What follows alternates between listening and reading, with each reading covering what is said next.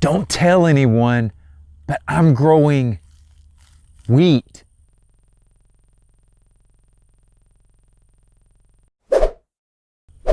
Hi, I'm Dr. Arland Hill, and you may be asking yourself, what in the world is a functional medicine doctor doing growing wheat? Doesn't wheat have gluten in it? And doesn't every functional medicine doctor say gluten's bad? Well, yes, but we shouldn't just throw the baby out with the bathwater. There's more to wheat than just gluten.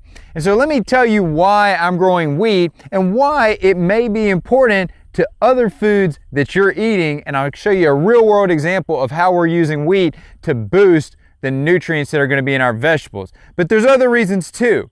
So let me put this in context. Does this, as you see it right here, have gluten in it? No, it doesn't. It's grass.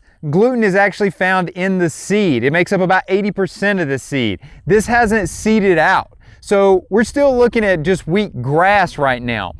Now, the reason I have it here is because these are what we call our alley crops. You'll notice on this side over here, you can see a couple of trees, fruit trees that we have, and they're in different sections in the orchard here. But in between these rows of trees, we have these alleys, and these are where we plant vegetables in the spring, the summer, and in the fall. But here in the winter, we're not growing vegetables in this year. So I wanted to provide more nutrients back to the ground. We want to cover the ground up, one, so we don't have any soil erosion, so we're building up the soil and not losing the soil when it rains.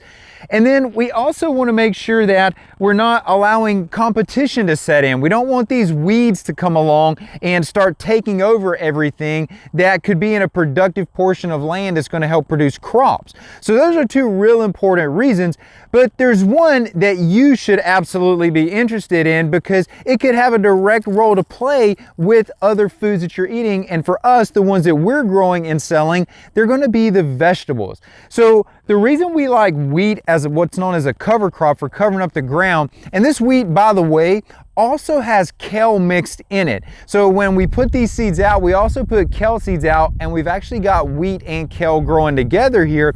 But back to the point about the nutrients is that this wheat allows more nitrogen, more phosphorus, more potassium to be taken up into that grass. And when it's in the grass, again, we're not eating this grass. We may let some of our animals eat this grass, but what we're going to do with this is let it grow to a certain point before it gets to a seed head, and then we're going to cut it down and just let it lay on the ground and provide what's called tilth. And tilth basically means that it's making the ground more suitable for growing other crops, for growing other plants. So we're picking up the nitrogen, we're picking up the phosphorus and the potassium as well as other nutrients along the way. We're making that more available to the vegetables that we're going to produce in the next cycle of the crops.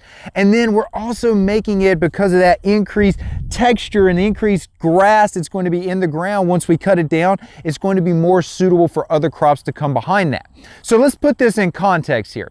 Is gluten bad? Yeah, gluten has problems with it. And by the way, a lot of the problems that are occurring with gluten have a lot to do with the chemicals that are on these crops when you're talking about big scale agriculture. Guys, we're not big scale agriculture. We're keeping it small. We're keeping it real out here, right? We want to grow high quality food, and what you're seeing here, it's never going to have any chemicals put on it. We're not letting the seed heads come out, so we don't have to worry about the gluten. Plus, we're getting all the benefits that this crop is going to provide for our next crop. So if you're interested in trying to eat healthy and trying to consume the most nutrient-dense foods out there, share this video with someone. Let them know some of the things that can be done out there apart from the conventional conversation that you hear about things that are necessary, like chemicals that are necessary to put on foods. Hi, these synthetic fertilizers that are necessary to put on food. No, they're not. They're not necessary to put on food, and this is absolute proof of why it's not necessary to put it on food. So share this information with someone. Give them a different perspective. And if you liked it yourself, thumbs up, comment, let us know what you think about it if you have some other ideas you want to share. Otherwise, guys, I truly appreciate you listening and look forward to speaking with you in the very near future. Dr. Arland Hill.